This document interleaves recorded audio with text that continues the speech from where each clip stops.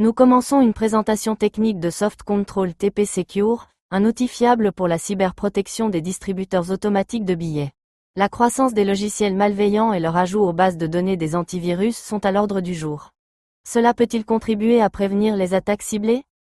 Nous rappellerons également des cas très médiatisés de vol de distributeurs automatiques de billets.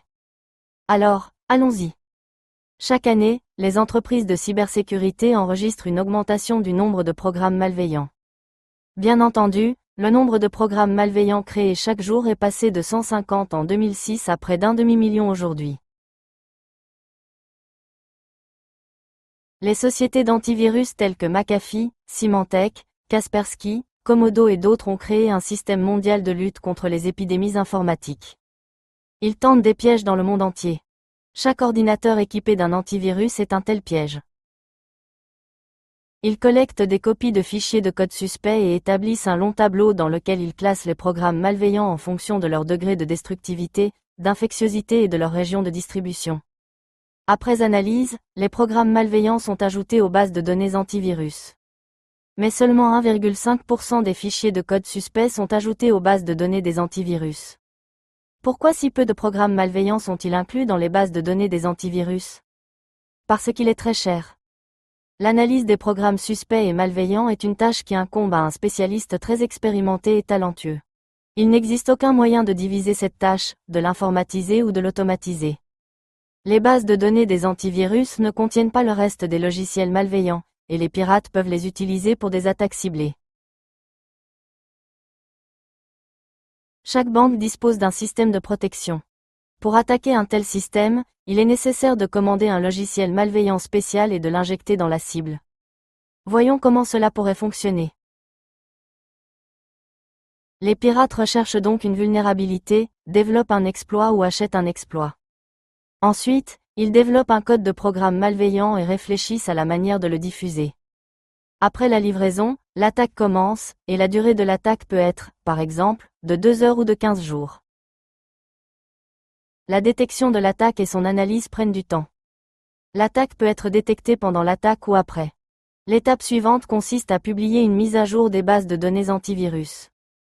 Il faut savoir que les bases de données antivirus ne protègent pas contre les attaques ciblées. Nous allons parler aujourd'hui de Plutus, un virus qui a contribué à voler des distributeurs automatiques de billets dans le monde entier. Bien sûr, la protection a été mise à jour, mais le virus a également été mis à jour, et il a continué à nuire aux distributeurs automatiques de billets et aux banques et à générer des pertes. Parlons maintenant des incidents très connus qui ont grandement contribué à l'amélioration des systèmes de sécurité. Les premiers incidents se sont produits en Europe et aux États-Unis, et les banques ont commencé à travailler avec des distributeurs automatiques de billets dans ces régions.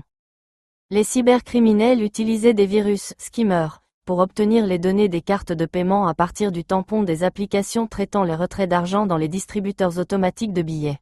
Le virus skimmer peut encore être trouvé sur les DAB, principalement sur les DAB WinCore. En 2013, la première attaque ciblée planifiée a été menée sur un réseau de distributeurs automatiques de billets au Mexique. 450 distributeurs automatiques de billets ont été touchés par cette activité entre 8 et 11 heures du matin. L'opération s'est déroulée depuis le haut du distributeur, où le virus Plutus a été chargé à partir d'un CD. Il était activé en appuyant sur une combinaison de touches du clavier. La banque a perdu plus de 4 millions de dollars. Il s'agissait de la première attaque à grande échelle ayant pour but de faire gagner le jackpot. Cette année-là, d'autres pays d'Amérique latine ont également été touchés par le virus Plutus. Il est apparu en Europe en février 2014 dans 9 régions d'Ukraine. Les distributeurs automatiques de billets de l'une des plus grandes banques ont été attaqués. Il est important de noter que la pénétration malveillante dans le réseau de distributeurs automatiques de billets a été effectuée 8 mois avant l'attaque. Un centre d'appel spécial a été créé pour donner des instructions au personnel spécial, que nous appelons drop, qui retirait des billets de banque aux distributeurs automatiques pendant l'attaque. Ces personnes recevaient des instructions spéciales sur le moment et les distributeurs qui seraient attaqués, ainsi que sur les codes PIN à saisir sur le clavier pour activer le virus. Nous ne savons donc pas combien d'argent la banque a perdu, mais il s'agit néanmoins d'un montant considérable. Par la suite, plusieurs attaques du virus Tupkin ont eu lieu en Europe de l'Est entre 2014 et 2023. La particularité de ce virus est qu'il est capable de désactiver des systèmes de protection tels que Symantec, CEP et SolidCore, et qu'il peut également désactiver les canaux de communication. Quoi d'autre? Les attaques se sont poursuivies et sont devenues plus sophistiquées. Ils ont utilisé des CD, des clés USB, la fonction d'autodestruction pour empêcher la détection des attaques et l'investigation des incidents. Il existe un autre vecteur d'attaque. En 2015, la première attaque utilisant un accepteur de billets virtuel a eu lieu en Russie. Le virus imitait l'insertion de billets pour créditer des comptes bancaires réels, des cartes de crédit d'une autre banque ou le porte-monnaie électronique WebMoney.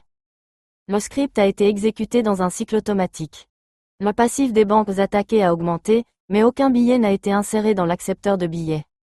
Il a fallu 15 jours pour découvrir que la banque avait été attaquée, seulement après avoir vérifié l'argent des distributeurs automatiques de billets. Il s'agit de la première attaque dans laquelle des distributeurs automatiques de billets ont été infectés à partir du serveur de traitement de la même banque.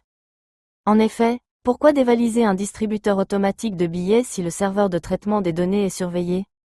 Le solde est vérifié toutes les 30 minutes. Les cybercriminels n'ont donc que 30 minutes pour effectuer un transfert de fonds légitime. Il peut s'écouler 10 à 15 jours avant que les banques dévalisées ne détectent le délit, et il est pratiquement impossible de retrouver les criminels. Depuis 2020, plus de 150 attaques de distributeurs automatiques de billets ont eu lieu dans le monde. De nombreuses banques préfèrent ne pas signaler un vol, car les risques pour leur réputation peuvent survenir après l'annonce publique, et non après le vol. Que doivent faire les banques pour prévenir les attaques et réduire le risque de perte dû aux cybercriminels? Safensoft, un système de protection fiable, pour prévenir les vecteurs d'attaque suivants, le jackpotting et l'accepteur virtuel de factures. La solution permet également aux banques de confirmer leur conformité aux exigences de la norme PCI DSS. Il surveille le démarrage et l'activité des applications afin de garantir l'intégrité des processus et de maintenir le système dans le dernier état de fonctionnement connu, sans nécessité de mise à jour ni de connexion à l'Internet. Pour plus d'informations, regardez la vidéo suivante.